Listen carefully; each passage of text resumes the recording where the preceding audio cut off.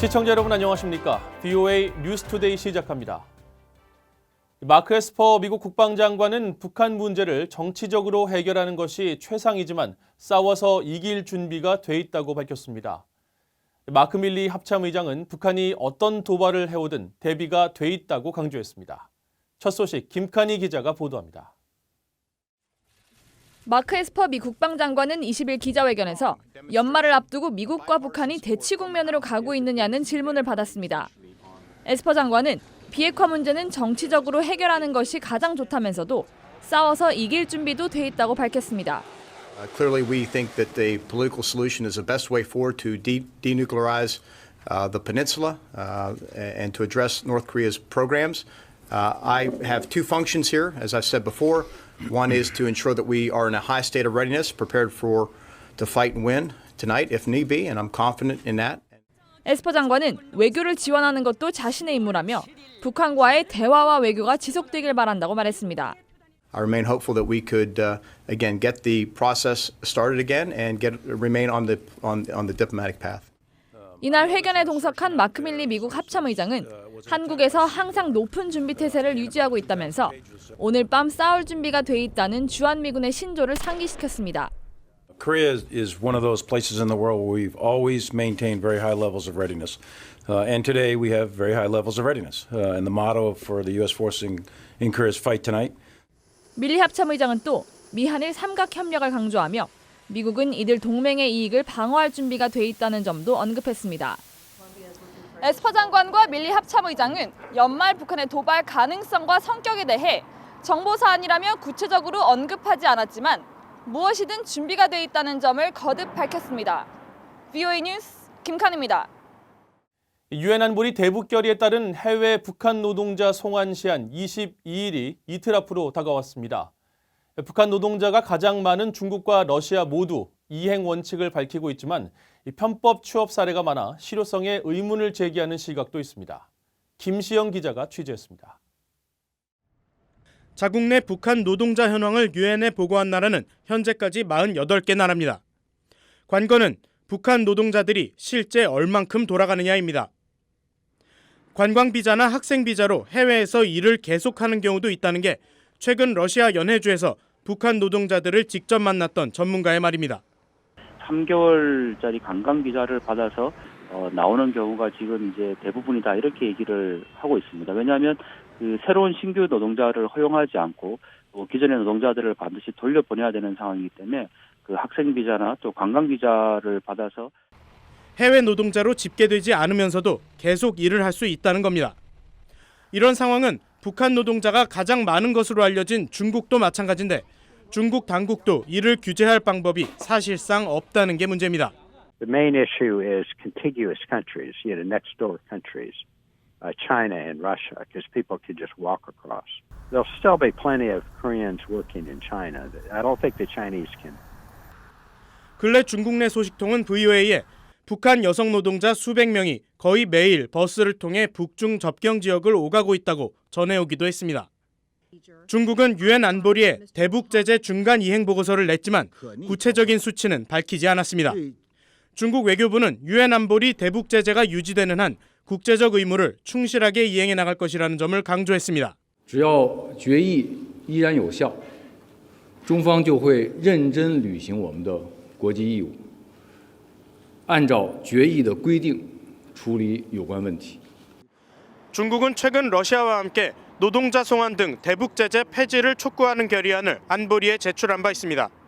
미 국무부 관계자는 VOA에 유엔 회원국들이 대북 제재 결의안을 준수할 걸로 기대한다고 거듭 밝혔습니다. VOA 뉴스 김시영입니다. 북한 정권의 심각한 인권 유린에 대해 국제법적 책임 추궁을 연구해왔던 한국계 미국 학자가 국무부 국제형사사법대사를 맡게 됐습니다. 국제사회의 반인도적 범죄 등에 대한 책임 추궁 등을 담당할 예정이어서 북한 인권 문제에도 관여할 것으로 예상됩니다. 김영권 기자가 보도합니다. 미국 상원이 19일 한국계 미국인인 모르스단 국무부 국제형사사법대사 지명자에 대한 인준을 최종 승인했습니다. 도널드 트럼프 대통령이 지난 4월에 지명한 단 대사는 국제법 학자이면서도 북한 전문가로 알려져 있습니다. 북일리노이 대학 법대 교수로 있으면서 북한 국제법과 이중위기란 제목의 책을 집필하는 등 북한 문제 해결에 큰 관심을 보여왔습니다. 이 대학은 법대 홈페이지에서 단 교수보다 북한에 관해 더 많은 법적 검토글을 쓴 학자가 없다며 이 때문에 유엔 북한인권조사위원회와 국제형사재판소 검찰 등의 주목을 받았다고 소개하고 있습니다. 국제형사사법대에서는 국무부 장관 등 미국 고위관리들에게 전 세계 전쟁 범죄와 반인도 범죄, 학살과 연계된 민주주의, 인권 문제 대응에 관해 정책 조언을 수행하고 인권 범죄자에 대한 책임 추궁에도 관여합니다. 전체 세계 역사에 미국밖에 이런 자리가 없습니다. 하고 이 자리는 제일 큰, 제일 심각한 범죄들 address하는 거예요.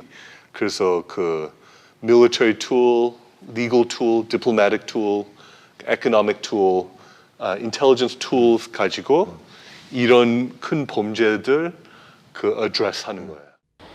이런 역할은 유엔 북한인권조사위원회와 유엔 총회 북한인권결의안이 촉구하는 북한 내 반인도적 범죄 가해자들에 대한 책임 추궁과도 직결돼 주목됩니다. 유엔 총회가 지난 18일 채택한 북한인권결의안은 북한 상황을 국제형사재판소에 회부하도록 유엔 안보리에 거듭 권고하고 있습니다. 인권 문제를 무시하는 게 해결 방법이 아니라고 생각을 하고요. 인권 문제가 굉장히 중요하고 관계를 좋게 만들기 위해서 인권 문제를 없애는 것이 굉장히 큰 실수라고 저는 생각을 합니다. 단 대사는 인준 전 언론 인터뷰에서 국제형사사법대사 직책을 통해 북한 등 전 세계 심각한 범죄 대응에 정의를 추구하고 싶다고 강조했습니다. BA 뉴스 김영곤입니다. 미 국무부가 북한을 종교자유 특별우려국으로 재지정했습니다. 마이크 폼페오 국무장관은 20일 성명을 통해 1998년 제정된 국제종교자유법에 근거해 조직적이고 지속적이며 끔찍한 종교자유 유린에 관여하거나 이를 묵인한 북한과 중국, 이란 등 9개 국가를 18일부로 특별우려국으로 지정했다고 밝혔습니다. 폼페오 장관은 이러한 지정은 종교나 신념의 자유를 행사하려는 사람들을 보호하기 위한 미국의 약속을 나타내는 것이며 종교 자유 보호는 트럼프 행정부의 최우선 외교 정책이라고 강조했습니다. 이로써 북한은 2001년 이후 18년 연속 종교자유 특별우려국 명단에 올랐으며 특별우려국으로 지정된 국가들은 관련 법에 따라 통상 등의 분야에서 제재를 받게 됩니다. 북한 김정은 위원장이 내년 신년사에서 미국과의 핵협상 중지를 선언하고 새로운 노선을 소개할 수 있다는 관측이 제기됐습니다. 한국국가정보원 산하 국가안보전략연구원 소속 성기영 책임연구위원은 20일 주한 외교관 초청 북한 포럼에서 이같이 주장했습니다. 그러면서 신년사 전에는 북한이 급격한 조치를 취하지 않을 것이라면서 김정은 위원장이 신년사를 발표한 이후에 북한이 무력 시위에 나설 수 있다고 전망했습니다. 성기영 연구위원은 또 북한이 스티븐 비건 대북 특별대표의 아시아 순방 기간 동안 대미 비난 성명을 내지 않은 이유는 중국과의 관계를 고려한 전략적 침묵이라고 해석했습니다. 일본의 내년도 방위비 예산이 탄도미사일 방어와 스텔스기 도입 등 공격력 강화에 초점을 맞춰 사상 최대 규모로 책정된 것으로 알려졌습니다. 일본 언론들은 일본 정부가 2020 회계연도 국방 예산을 의결하고 지난해보다 1.1% 늘어난 5조 3,133억 엔을 책정해 8년 연속 사상 최대치를 경신했다고 20일 보도했습니다. 방위비 예산에는 북한 등 적국의 미사일 발사에 대응해 사거리 밖에서 방해 전파를 쏘는 무기 개발에 150억 엔을 투자하고 수직 이착륙이 가능한 미 스텔스 전투기 F-35B를 6대 구입하는 비용 793억 엔이 포함된 것으로 알려졌습니다. 일본 정부는 또 해상자위대 호위함을 항공모함급으로 개조하고 사이버전 대응 능력을 개선하는 등 새로운 영역에서 방위력 증강을 목표로 방위비 예산을 편성하게 됐다고 밝혔습니다. 북한에서 인구 10만 명당 공기와 수질 오염 등 환경오염으로 사망하는 사람들의 비율이 아프리카 차드와 중앙아프리카 공화국에 이어 세계에서 세 번째로 높은 것으로 나타났습니다. 국제환경연구기관인 세계보건오염연맹이 18일 발표한 2019 환경과 건강지표 보고서에 따르면 북한에서 한 해 동안 각종 환경오염으로 사망하는 사람이 총 5만 1,400명에 이르는 것으로 집계됐습니다. 이 가운데 공기 오염으로 인한 사망자가 약 3만 9천 명으로 절반 이상을 차지했고 특정 직업에 의해 사망한 사람이 7,800여 명, 납 중독으로 인한 사망자가 약 4,500명으로 그 뒤를 이었습니다. 이상으로 VOA 뉴스투데이를 마칩니다. 시청해주신 여러분 고맙습니다.